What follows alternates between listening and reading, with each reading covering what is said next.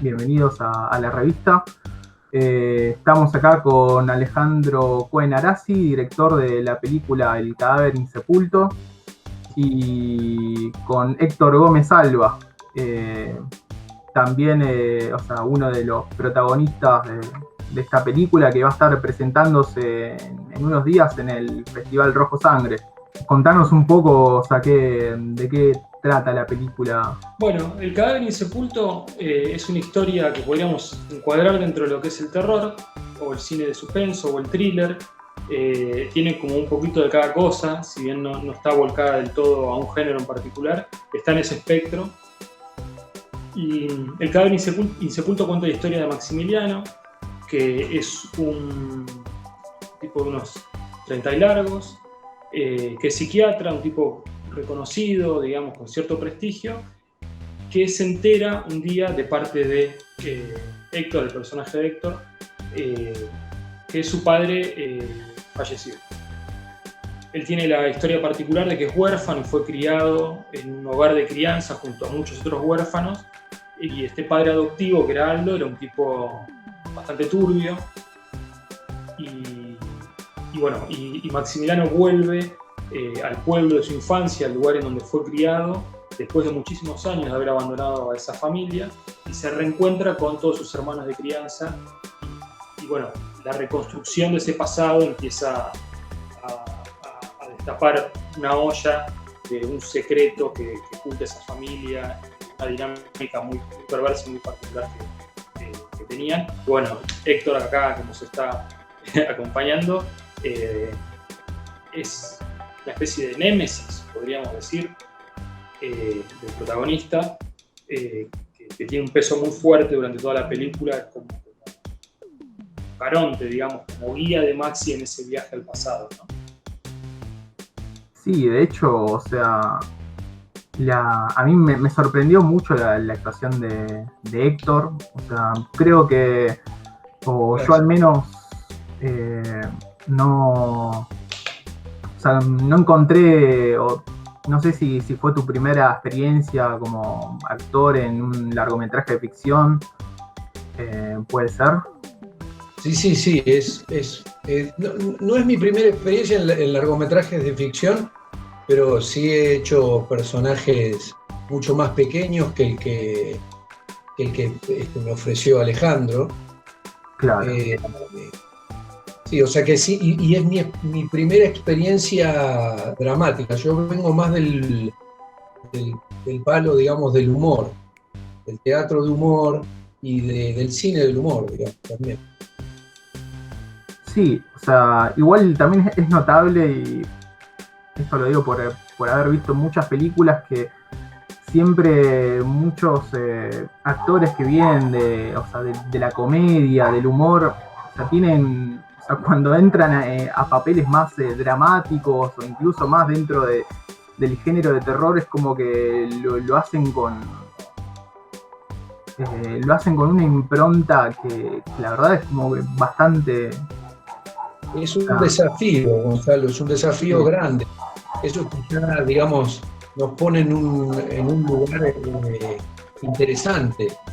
¿No? Digamos, no es un papel más, ¿no? Nos pone en el desafío de hacer otra cosa, una cosa muy distinta. Yo, en lo personal, digamos, como sobre todo vengo del teatro, el teatro implica otra actividad, sobre todo el humor en el teatro.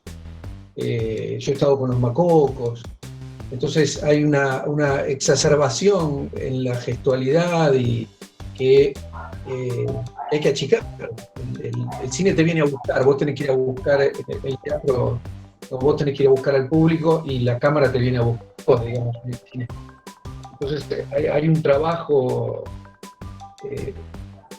bastante complicado, interno, propio de contención, ¿no? Totalmente. Y es increíble porque por lo general la mayoría de las veces es algo que sale bien. Las interpretaciones son realmente asustan en el mejor de los sentidos. Sí. A mí, el personaje que encarnás vos en esta película, recordame el nombre. Es Héctor, como las películas sí. de Porcel y Olmedo, ¿vale? Para que, apelando a mi falta de memoria, dijo, te voy a poner Héctor así. No es así. Disculpa que interrumpa, tiene una explicación por qué se llama Héctor, el personaje, porque es Héctor algo que lo interpreta. Escribí el personaje pensando en que él lo tenía que interpretar.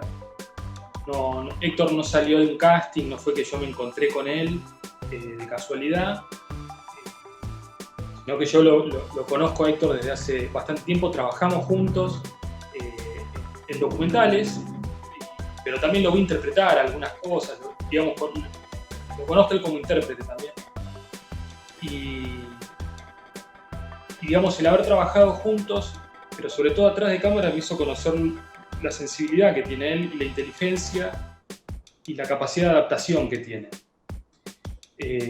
Y su impronta, a pesar de que parece un tipo duro, que interpreta que sea un maloso, también conozco su lado tierno, que es el lado más grande que tiene. Y lo llamé Héctor porque escribía el personaje pensando en él. Héctor fue uno de los que pude interpretar al personaje que yo pensaba. De hecho, también hay, no sé si fue pensado esto, pero encontré muchas similitudes quizás con el personaje que interpreta Sbaraglia en El otro hermano. No sé si vieron la película. Sí, lo vi, no lo pensé y puede ser, pero no fue algo que estuvo presente en el momento de escribir. La comparación la vi como un halago hermoso, Gonzalo, gracias, de verdad. No, está bien. Un tipo extraordinario, digamos, realmente extraordinario. Sí, la verdad, o sea, como que la película se nota como que hay un laburo muy artesanal en todos los aspectos y muy bien cuidado en cada uno de los detalles. Sobre todo en las interpretaciones, creo que es de donde más resalta la película. Tengo entendido que este es como tu primer largometraje de ficción. Ale, sí. Vos ya habías trabajado, o sea, dirigiendo varios documentales. De hecho, me acuerdo que había visto uno hace bastante tiempo, Córtenla. O sea, me acuerdo que de hecho lo casé ahí de pasada por el Gomont y yo en ese momento también trabajaba en un call center y dije, bueno, esto lo tengo que ver. No te puedo creer, fuiste vos el que vio la peli entonces. Sí. Sí, aparte 2 de la tarde, me acuerdo, no había nadie. Qué bueno, excelente. Bueno, es un documental, pero esa fue... Bueno, no fue mi primera experiencia haciendo ficción, pero sí fue el primer largometraje en donde pude elaborar un poco más la ficción. Había una especie de sitcom que, bueno, yo habiendo pasado el tiempo me parece que no estaba muy logrado. El trabajo ese de ficción no quedé conforme, digamos, quedé conforme con otros aspectos de la película, de Córtenla. Pero ahí ya había una intención de trabajar la ficción, ¿no? Pero en general sí vengo del cine documental y este es el primer largo de ficción que... Claro. Sí, de hecho, o sea, una de las cosas que noté en esta película, en El cadáver insepulto, es que también hay como una mezcla entre ficción y documental. Sobre todo me llamó mucho la atención la escena del matadero. O sea, que yo lo vi casi como un documental. O sea, como que si hubiesen puesto la cámara ahí dentro de un matadero y hubiesen dejado pasar toda la situación que ocurre normalmente en un laburo así, en una faena. ¿Cómo fue eso? Sí, de hecho fue una intención de la película, incluso a la hora de escribir el guión. Yo incluí una escena en un matadero con la idea de hacer un documental, con la idea de tener un pedazo de un documental dentro de una película de ficción. Y fue una especie de... No sé, es difícil decir recreo, pero fue una especie de recreo o de cambio de dinámica, muy, muy fuerte, porque venía de un rodaje de ficción y en el medio tuve un ratito de una jornada en donde me volví a ser documentalista. Y fue como sacarse un chip de la cabeza y meterse otro. Ese chip que me metí, el del documentalista, ya lo tenía mucho más conocido. Y fue una experiencia extraña porque yo no pude hacer un viaje de reconocimiento antes.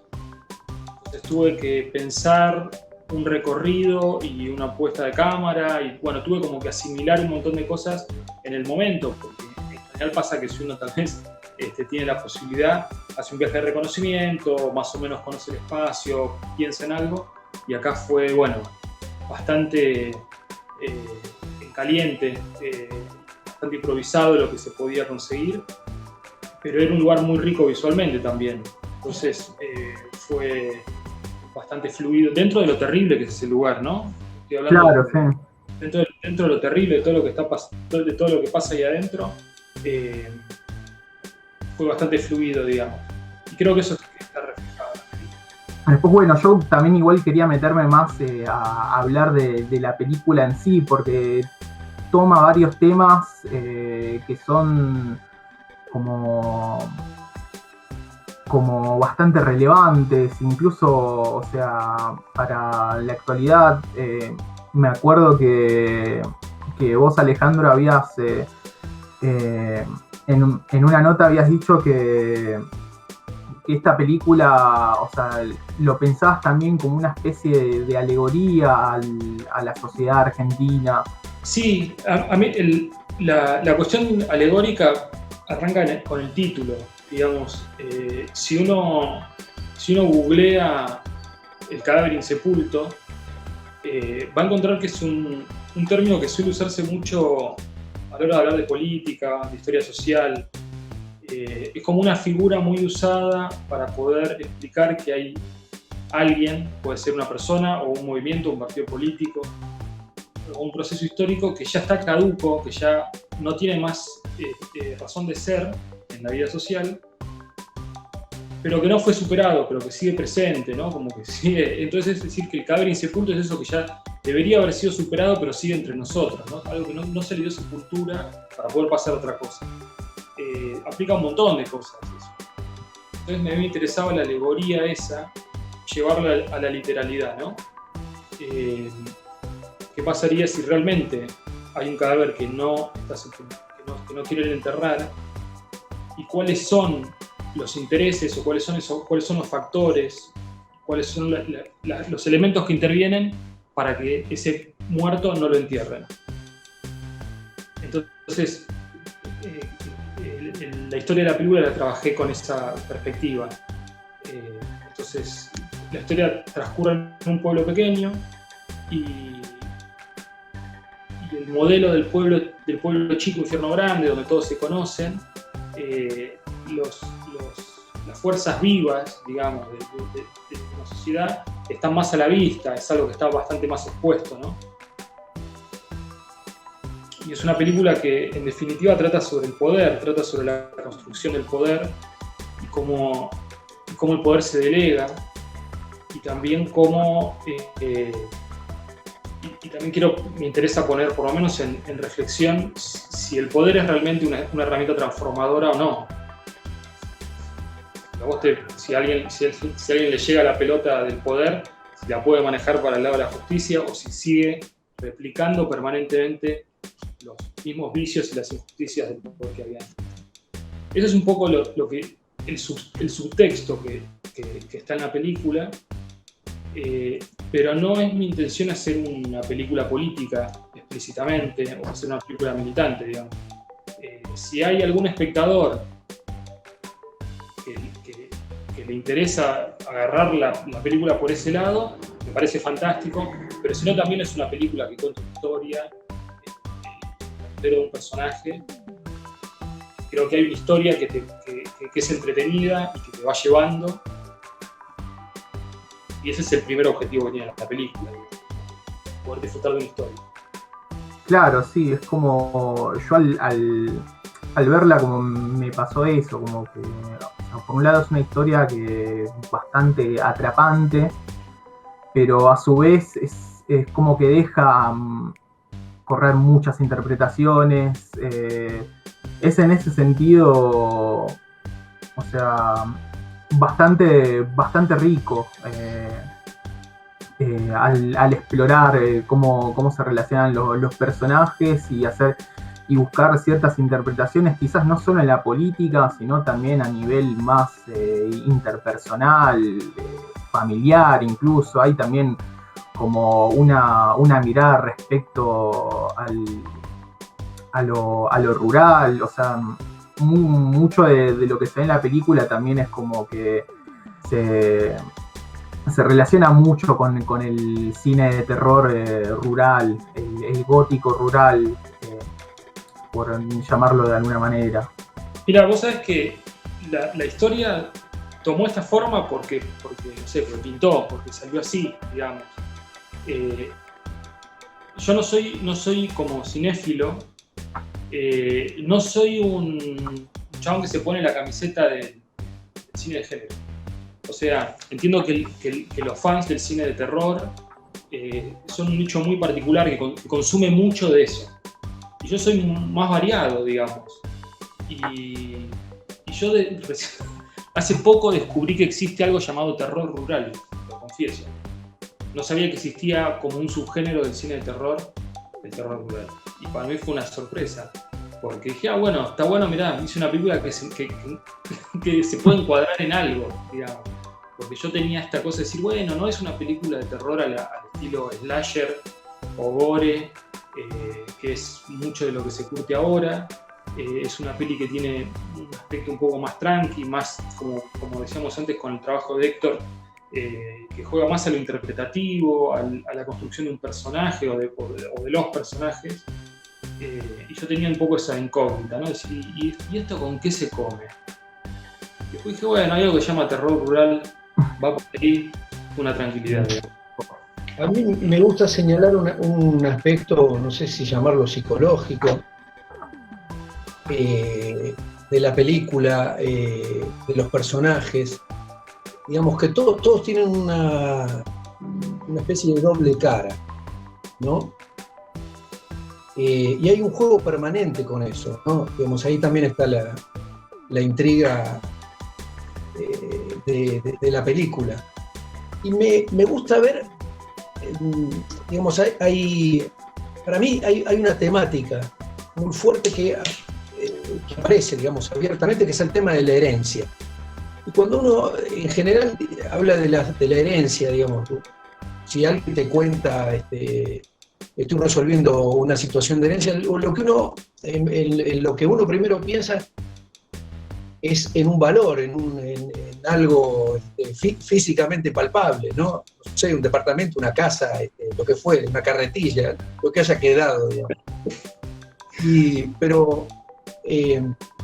Pero acá hay una herencia, digamos, de la que se habla que me parece mucho más interesante, que es, digamos, la herencia psicológica, la herencia del mensaje, de los dichos, la herencia de los padres a los hijos.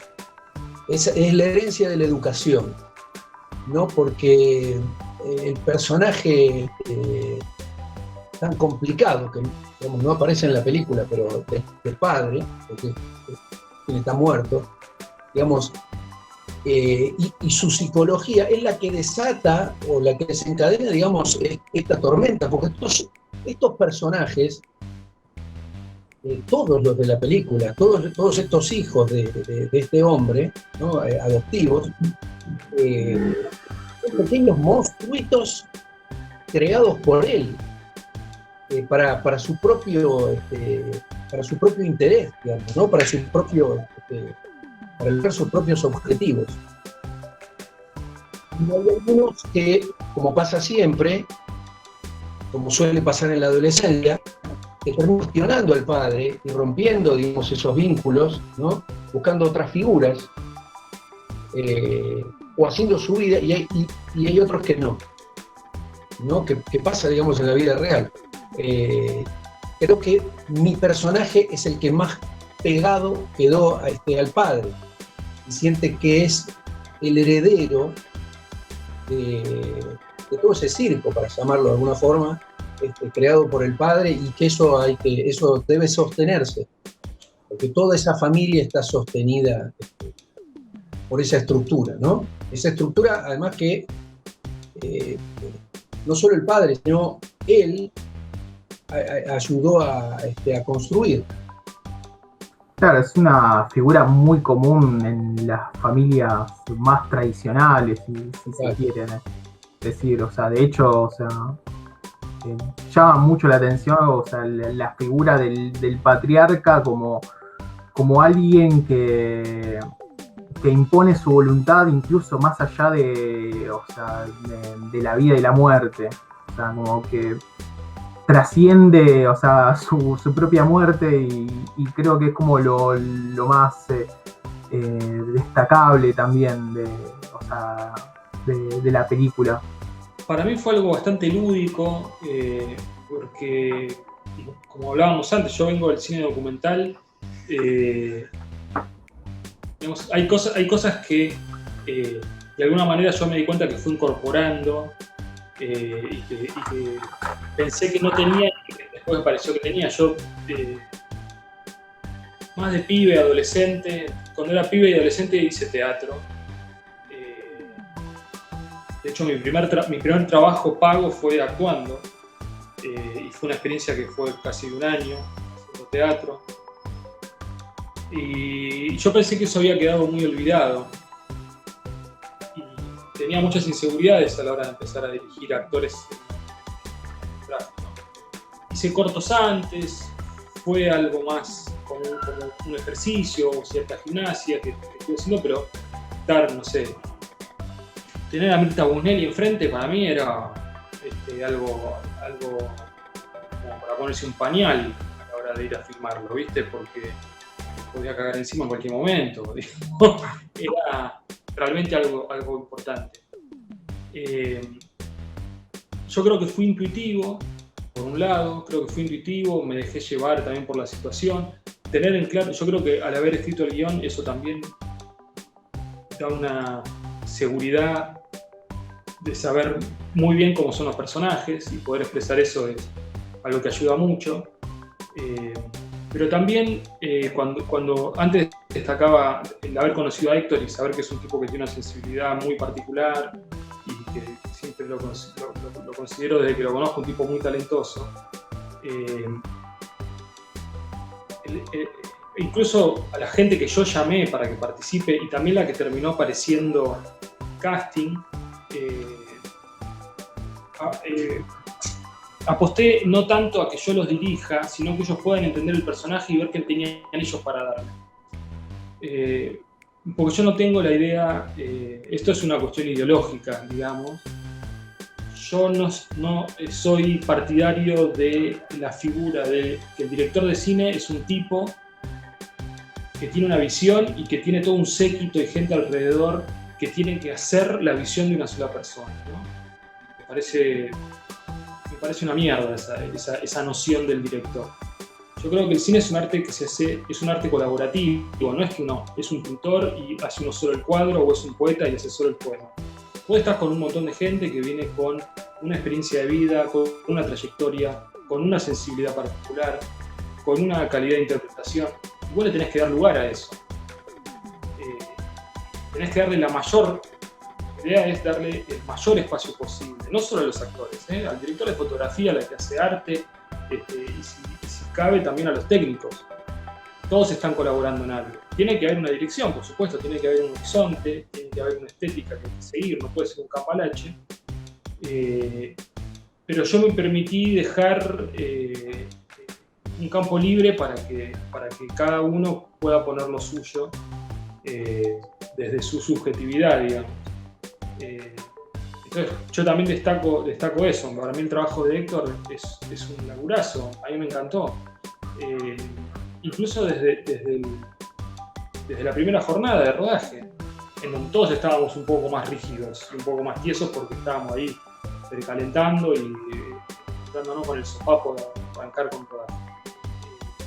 Pero fue creo que una relación de confianza con todo el mundo. Totalmente. Sí, es algo como que...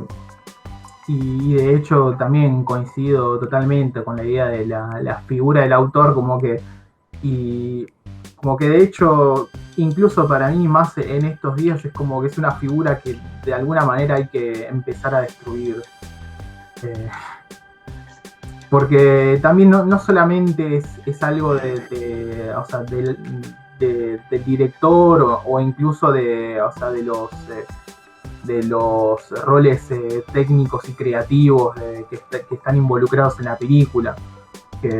O sea, cada rol, o sea, también como que no solo cumple determinada función, sino también como que le aporta algo propio a la película, incluso hasta un rol como podría ser la producción, que muchas veces se lo considera como algo más ligado a la parte económica, por decirlo de una manera. Pero también es algo como que el propio espectador se lo apropia y también, o sea, hace lo que quiere. O sea, por más que el autor tenga una dirección, una intención de hacia dónde va la película, el espectador lo puede tomar para otro lado totalmente distinto. Y eso es como que es lo más... como lo más enriquecedor que tiene el cine, como es esta posibilidad de tener múltiples miradas, múltiples formas de crear desde distintos ángulos una obra de arte, algo que no pasa quizás en otras. Mirá, me hiciste acordar algo con esto que decís. Laburando en la preproducción, tuve reuniones con Tatiana Masu, que es la vestuarista de la película, pero que aparte es una gran directora de documentales también y de cine experimental, que es una amiga que admiro muchísimo, porque también conozco su sensibilidad. Aparte de vestuarista, para mí fue como si, bueno, con Tatiana se puede hacer cualquier cosa, porque sé que la mina es un bocho.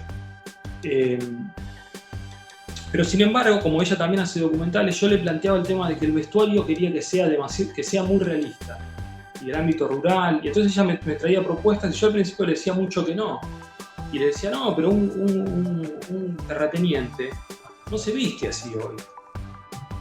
Entonces ella me insistía, me decía, esto es ficción, esto es otra cosa, no es un documental, y ella como que me tuvo que convencer, y yo en un momento bajé la guardia, y dije, está bien que haga lo que quiera, por eso la llamé, porque estoy queriendo ser hiperrealista, también con el vestuario.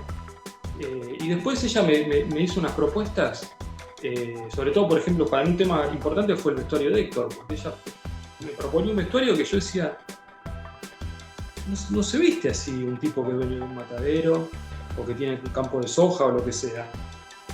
Pero ella, desde el vestuario, hizo una propuesta que hizo crecer muchísimo la película, que le dio un tono como atemporal. Digamos, si bien aparece un celular, aparecen algunos autos, digamos, hay cosas que te ubican en el tiempo, son elementos mínimos. El vestuario puede ser de cualquier época, y eso para mí le sumó algo a la película, le sumó algo enorme. Esto, ¿no? Es decir, bueno, esta película, esta misma historia está bien. Hay un celular, hay herramientas que hablan del presente, pero si no estuvieran, la historia es la misma. Se cuenta en cualquier momento del siglo XX, digamos. Sí, de hecho, ahora que lo decís, a mí como que me hace pensar mucho de que el vestuario colabora con esta idea del pasado persiguiendo al presente del protagonista. Como que está todo el tiempo queriendo conservarse, mimetizarse con el presente, a pesar de que quizás el mundo por fuera de esa familia es otro, totalmente distinto. Y sí, ahora que lo decís es como que confirmo como esa sospecha que tenía, y la verdad es bastante destacable, bastante bien logrado. Después quería, no sé si, porque aparte quería que nos cuentes también, o sea, cómo fue haber trabajado con una actriz como Mirta Busnelli, que a pesar de que tiene una participación por momento, o sea, breve, no deja de ser como bastante llamativa su aparición, o sea, no tiene muchos diálogos tampoco, como que reproduce esos mantras, esos conjuros constantemente, pero tiene una presencia bastante notable en la película. ¿Cómo fue la elección de Mirta? ¿Cómo se acercó al proyecto? Bueno, para acá yo soy un gran admirador de su trabajo. Viste, como te decía antes, que no vengo del palo nicho del cine de terror, sino que tengo otros consumos más abiertos. Me gusta mucho el cine argentino, de antes también, y siempre la admiré mucho a Mirta Busnelli. Y surgió el nombre de ella en una reunión, pensando en quién podía ser el personaje de la sacerdotisa, y apareció el nombre y como que yo dije, como que descarté todo el otro que venía pensando y dije, es ella, digamos, tiene que ser ella. Y fue, bueno, tener una serie de charlas personales con ella, que también para mí fueron un aprendizaje, porque con todos los demás tuve un trato mucho más cercano, de inmediata, digamos. Si bien estoy hablando de la trayectoria, de la carrera, del tamaño de la figura, ¿no?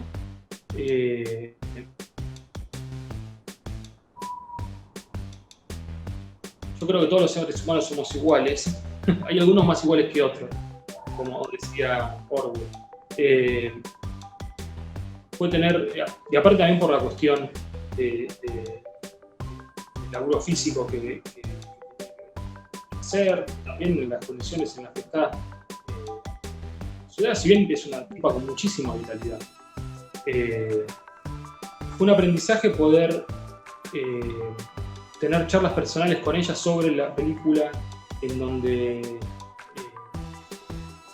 ella estaba muy interesada en conocer hasta los aspectos de detalles más mínimos del guión y de su personaje. Hablamos muchísimo de cine, en donde yo también le tuve que hablar de mi idea de lo que yo opino sobre el cine de género, sobre esto que hablamos también, sobre cómo me interesa a mí ponerme en el lugar de un director de una película. Y terminó aceptando, digamos, terminó interesada en el papel, y me pareció espectacular su minuciosidad, porque, por ejemplo, el tema de los mantras que vos decís, que ella entona, los escribí con ella, porque ella estaba interesada en poder tener una participación en esas palabras que no tienen sentido para el oído humano o para la lengua castellana, pero ella quería darle una intención. Entonces buscamos palabras, primero empezamos a ver con ella la estructura fonética de los mantras, la cuestión silábica, la extensión que tienen. A partir de ahí después buscamos palabras que sean de lenguas de pueblos originarios de América. Fue una composición que hice con ella en el momento en su casa. Y después ella tiene un texto, que es un texto, reconozco que es un texto muy complejo.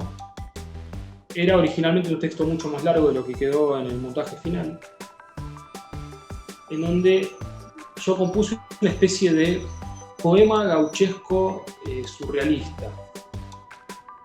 Tiene sentido, o sea, para mí tenía sentido, si bien tiene un elemento surrealista, tenía un sentido muy críptico, muy complejo,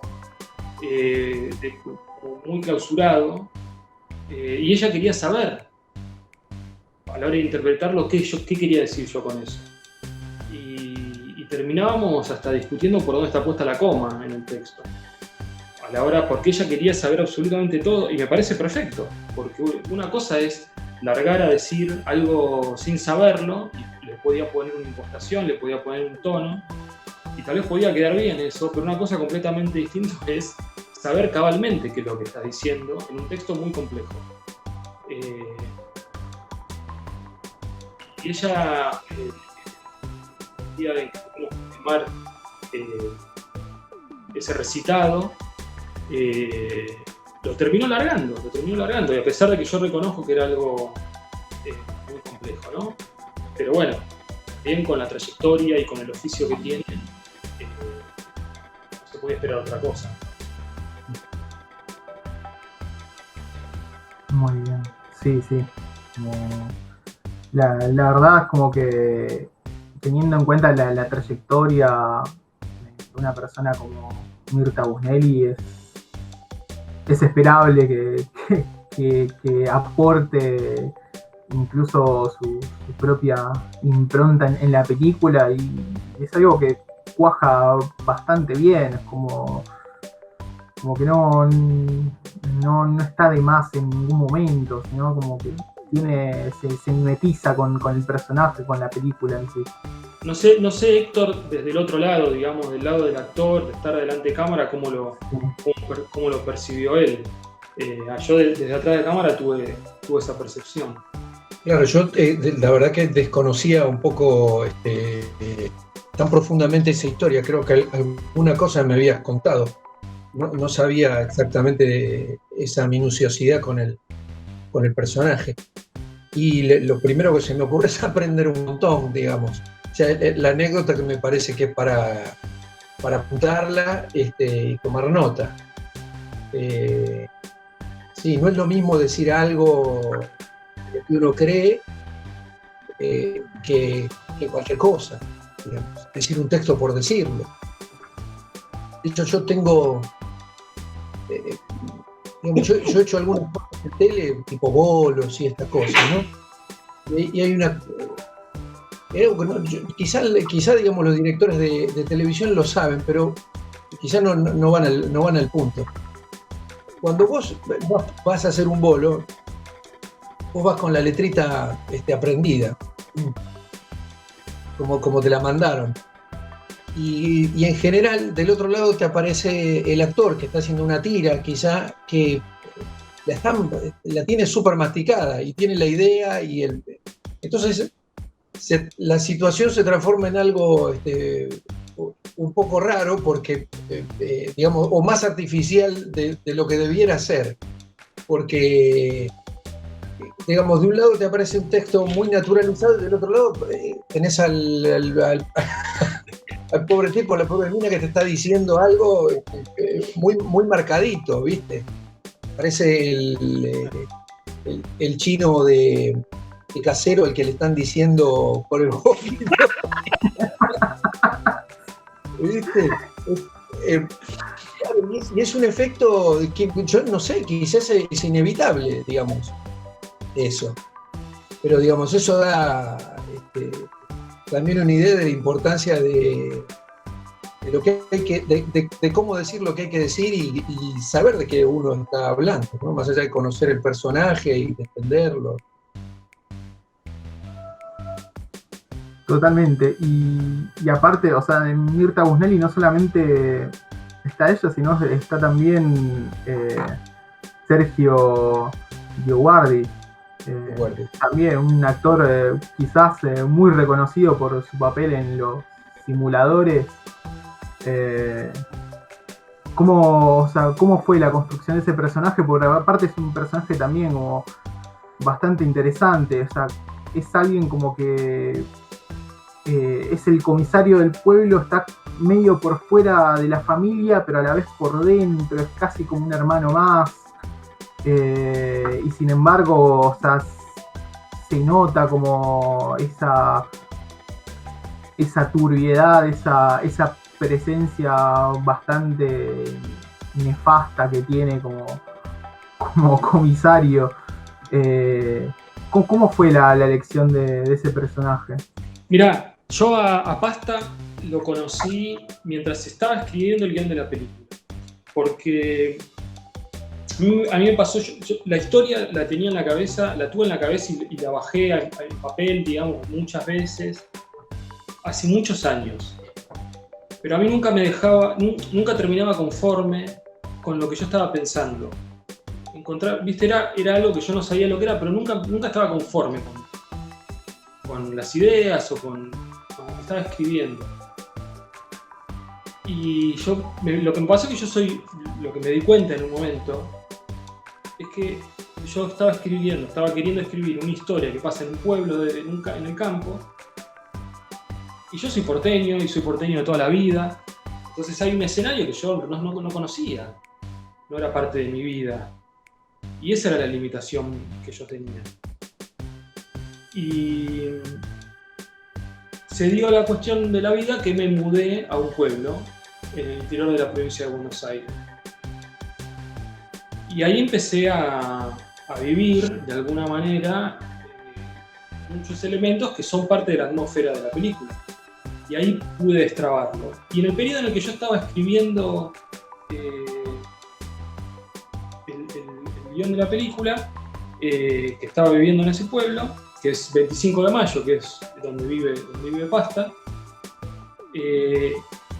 ¿sabes qué? Ahora no me acuerdo, porque yo tengo una memoria espantosa. Pero yo me acuerdo que fui de cara rota a hablar con él a la puerta del teatro en donde él da clases. Daba clases de teatro el 25 de mayo, daba, y esperé a la hora que terminaba el curso y fui y le hablé. Pero te digo la verdad, no me acuerdo para qué fui a hablarle. Pero me acuerdo que había sido esa situación. Y él me dijo, me presenté, ¿viste? Mirá, yo soy de Capital, pero estoy viviendo acá. Y soy director de cine. Y él me dijo, en el mismo momento, hacía 5 minutos que lo conocía, y me dijo, che, tengo un laburo para que hagamos juntos, mañana, para filmar algo. Muy bueno, le dije. Pero así fue en cuestión de minutos de haberlo conocido. Él me dijo, pasaron 24 horas y estábamos laburando juntos, filmando un spot, recorriendo el pueblo, y ahí fue, dije, este tipo, él atrás de cámara, él no actuaba. Hicimos juntos la dirección de ese material.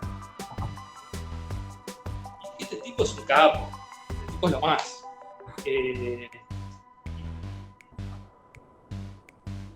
Y hablamos un montón también, no solo de su laburo en los simuladores. Pasta fue, no sé si es un actor fetiche, pero fue muy íntimo de Liceo Subiela. Actuó muchísimo con Subiela. Y él me habló un montón también de las experiencias que tuvo filmando con Subiela. Fue este tipo, es una ficha fija. Yo lo pensé así, digamos. Lo conocí, tuve un trato excelente. Pero también el tema de la calidad humana, ¿no? Es lo mismo con Héctor y con todos los que conocí, fue tener buena onda, tener buen trato, que no haya divismo, pelotudeces de ego. Claro.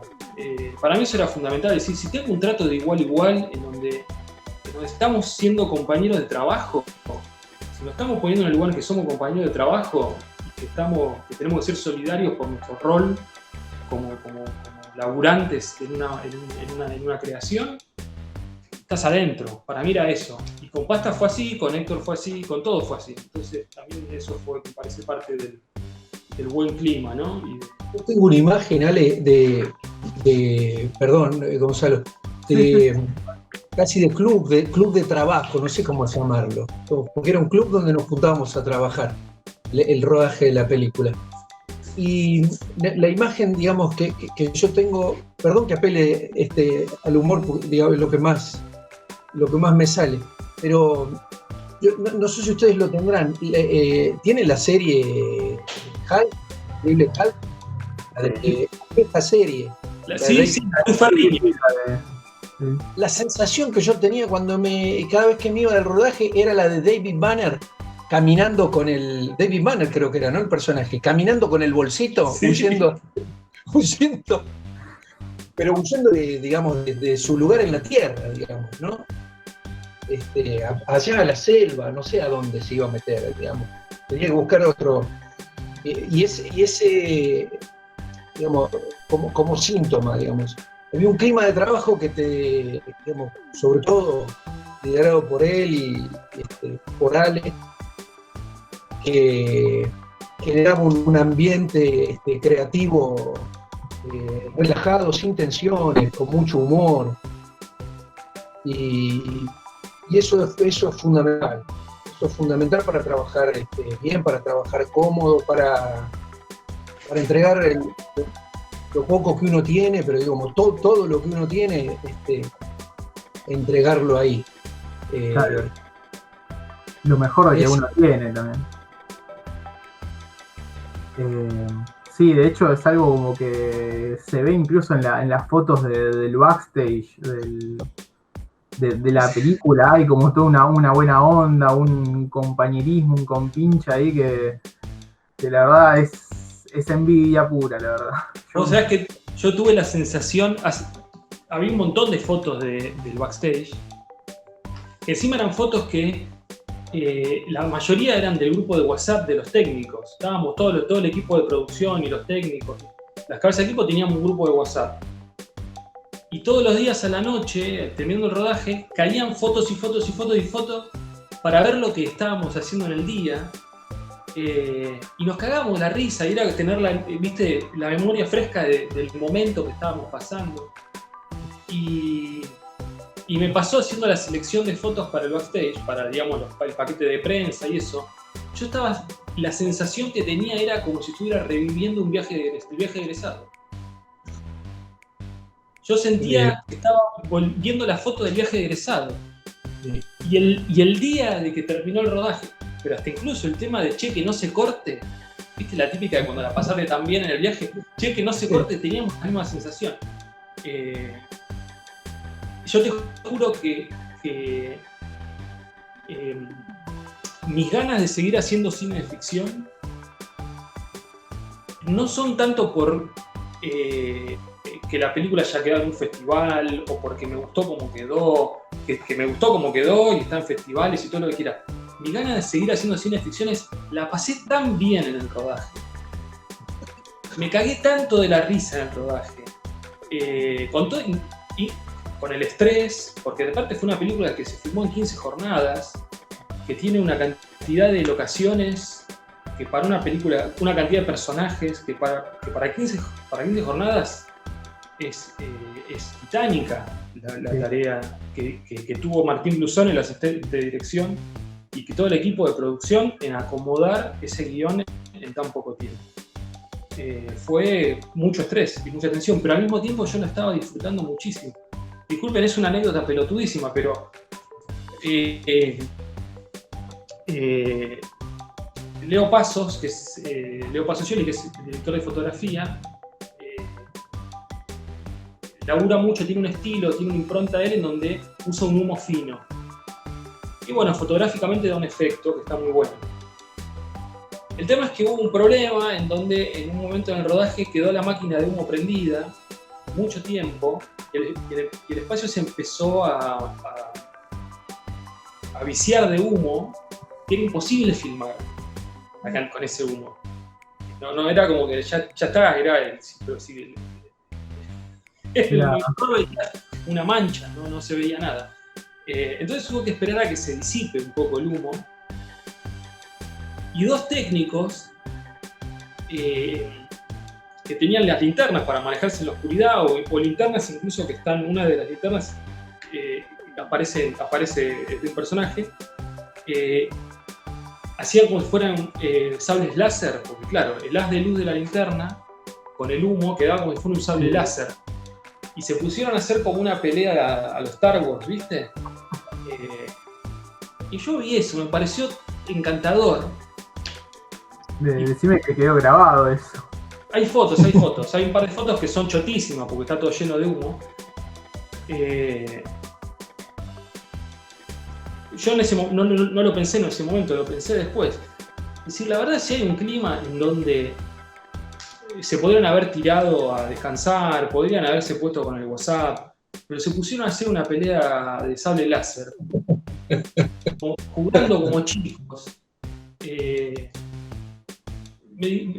Cuando vi eso y después lo pensé, dije, estoy seguro de que lo que estamos haciendo es algo que está bueno, humanamente hablando. No hablo tanto de la cuestión artística. Yo sé que como director estaba en otro lugar, digamos, tal vez un técnico que tiene que cargar, ¿viste? Que tiene que cargar un montón y bajar la cosa del camión, volverlas a subir, tal vez no decían, estoy en un viaje egresado. Yo también viaje egresado. Pero sí tuve la seguridad de que todos la pasamos bien, digamos, y eso es lo que me dan ganas de tener otra experiencia para hacer ficción, ¿no? ¿Y ya hay algún proyecto en mente, algo así, alguna intuición de por dónde puede ir un próximo proyecto? Mirá, con Héctor y con otro actor de Cadáver Insepulto, que es Fernando Miesnik, tenemos un proyecto entre manos desde hace mucho tiempo, que es de ficción. Todo sale bien. No, disculpa, Héctor, yo por una cuestión, viste, como son las cosas, no quiero contar mucho, pero bueno, está perfecto. Yo prefiero casi ni hablar porque a mí se me escapa. Por eso. Pero, con Héctor y con... Eso es. Claro, es una cosa que va muy por el humor negro. Y lo estamos trabajando con Héctor y con Fernando Miesnik, que es el que interpreta a Juan Manuel, al director del diario. Perfecto. Sí, lo voy a estar desde ya esperando. Ojalá se dé. Ojalá.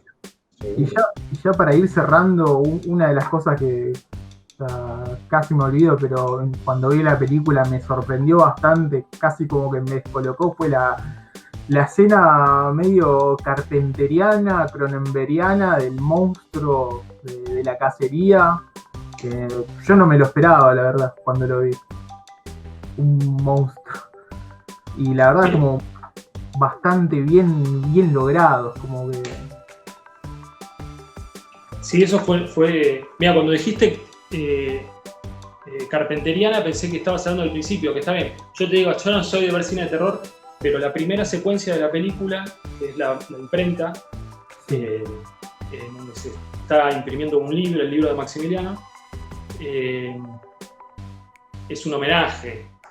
Es un homenaje a la secuencia de títulos de En las fauces de la locura, En la boca del miedo de Carpenter, que es una de mis películas preferidas de terror, que pasa en una imprenta, bueno, cuando hacen el libro de Sutter Kane, creo que se llama el personaje. Pensé que te referías a eso, pero la escena de la criatura, sí, tiene algo de Cronenberg, que a mí Cronenberg me vuelve loco, me encanta. También Videodrome es una de mis películas preferidas de la historia. Si tengo que hacer eso injusto de hacer una lista de películas, yo creo que Videodrome está. Ese laburo lo hicimos con el mojito, lo hizo Marcos Berta, que es un artista de efectos especiales impresionante, ¿no? Yo cuando fui al taller de él para conocerlo y para contarle la idea de la criatura esta, no lo podía creer porque ahí él en su taller tiene todos los bichos que fue haciendo, ¿no? Tiene como una especie de museo de los horrores, porque él labura mucho de cine de terror, y vi unas cosas de un realismo, incluso desde lo deforme, desde lo monstruoso, tenía un realismo que vos lo estás viendo con tus ojos y decís, acá no hay acá no hay postproducción, acá no están los efectos especiales, no hay truquito de fotografía, no hay iluminación, acá yo estoy viendo con una luz de tubo una cosa que es impresionante. Y le planteé un poco mi idea de lo que tenía que ser, y es también la misma dinámica que tuve con los demás. Yo le expliqué qué era lo que estaba buscando, y él me fue haciendo bocetos y me fue mostrando pruebas. En un momento le dije, sí, dale para adelante, hacé lo que ya después por acá, hacé lo que quieras. Y sí, tiene algo cronenberiano, tiene algo... Está vinculado, digamos, no me gusta dar muchas explicaciones, pero digamos, porque es algo que me parece, me gusta la sorpresa, me gusta la libre interpretación de qué es eso y de por qué aparece en ese momento, ¿no? Pero a mí me interesaba tratar de poder acercarme psicológicamente al personaje de Maximiliano, de poder llevar al espectador qué le pasa al tipo por su cabeza, pero no con una cuestión de punto de vista y subjetiva, sino del clima, de lo que él percibe, de la percepción que tiene él de esa realidad. Y hay algo que es determinante en el conflicto de Maxi, que es la posibilidad o no de matar, digamos, ¿no? ¿Qué capacidad tiene él de matar? Si él es realmente si es capaz de cometer ese acto. El acto de matar una mosca, un perro, o una criatura o una persona, digamos.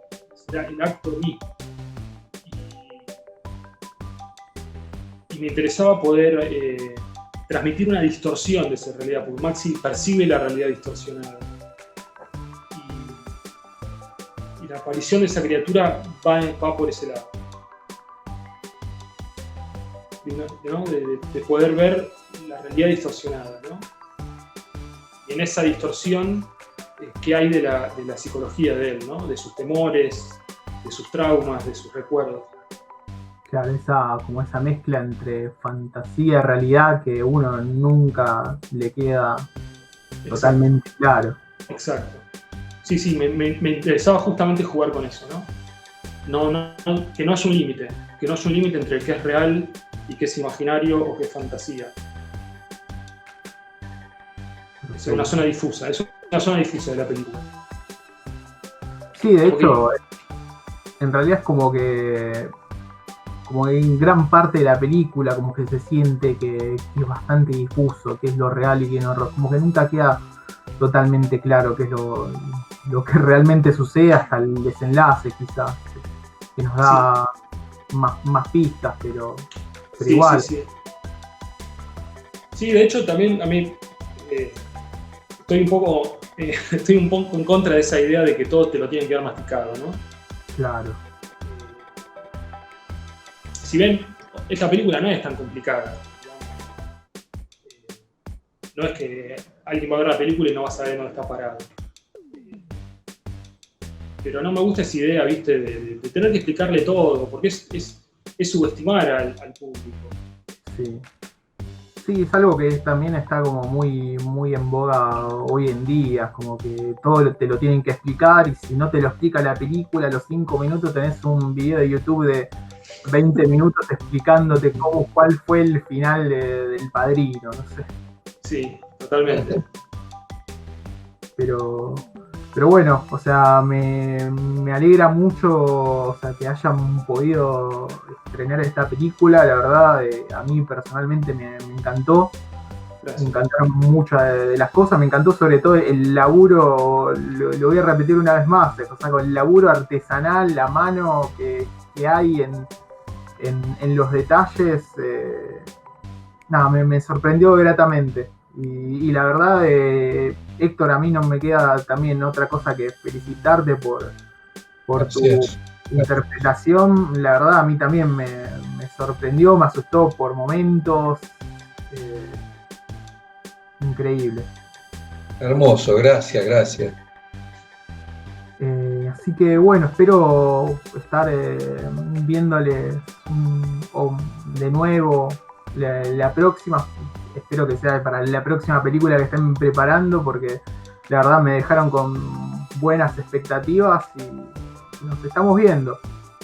Muchísimas gracias por el tiempo, por el espacio. Y bueno, falta solo decir, no sé cuándo saldrá la nota, pero va a estar disponible en Cinear a partir del 4 de diciembre. Va a estar disponible en la página de Cinear, va a estar los 3 primeros días del Festival Buenos Aires Rojo Sangre, el 3, 4 y 5 de diciembre, va a estar online también disponible en el marco de Rojo Sangre.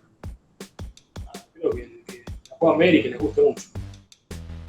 Buenísimo. Bueno, ya saben, así que 4 de diciembre disponible en Cinear, El cadáver insepulto, la nueva película de Alejandro Cohen Arasi. Nos estamos viendo.